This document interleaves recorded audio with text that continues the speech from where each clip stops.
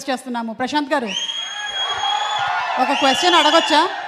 అక్కడ నించోబెడదాం అనుకున్నాం కానీ ఇప్పుడు టైం అయిపోయింది కాబట్టి.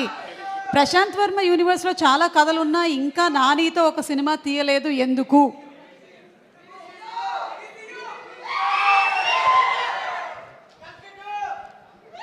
అందరికీ నమస్కారం అండి.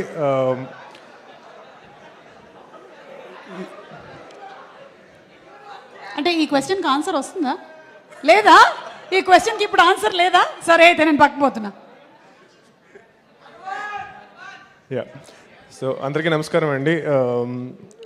ఈ సినిమా ట్రైలర్ చాలా చాలా గ్రిప్పింగ్గా ఉంది అండ్ ఐఎమ్ షూర్ మూవీ కూడా అంతే ఎంగేజింగ్గా ఉంటుందని చెప్పి నేను నమ్ముతున్నాను. ఫస్ట్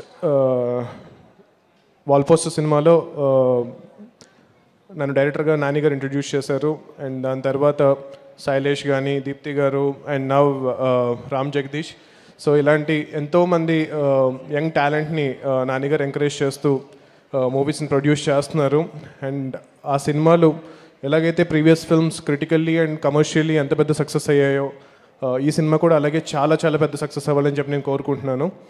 అండ్ కోఇన్సిడెంటలీ ఈరోజు morning I was just speaking to one of అంటే నేను పీవీసీలో ప్రొడ్యూస్ చేస్తున్న మూవీస్లో ఒక డైరెక్టర్తో నేను చెప్తున్నాను, నాకు ఫస్ట్ ఫిల్మ్ చేస్తున్నప్పుడు నానిగారు టోల్డ్ మీ దిస్ అని చెప్తున్న టైంలోనే కరెక్ట్గా నానిగారి నుంచి కాల్ వచ్చింది ఈవెంట్ గురించి.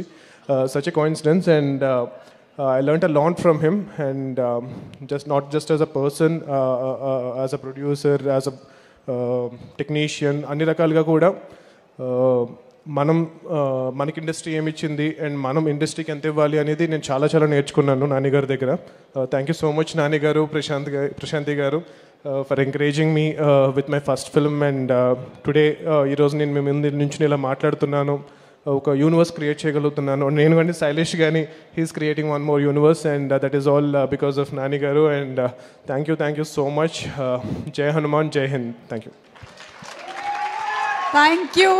So much. అండ్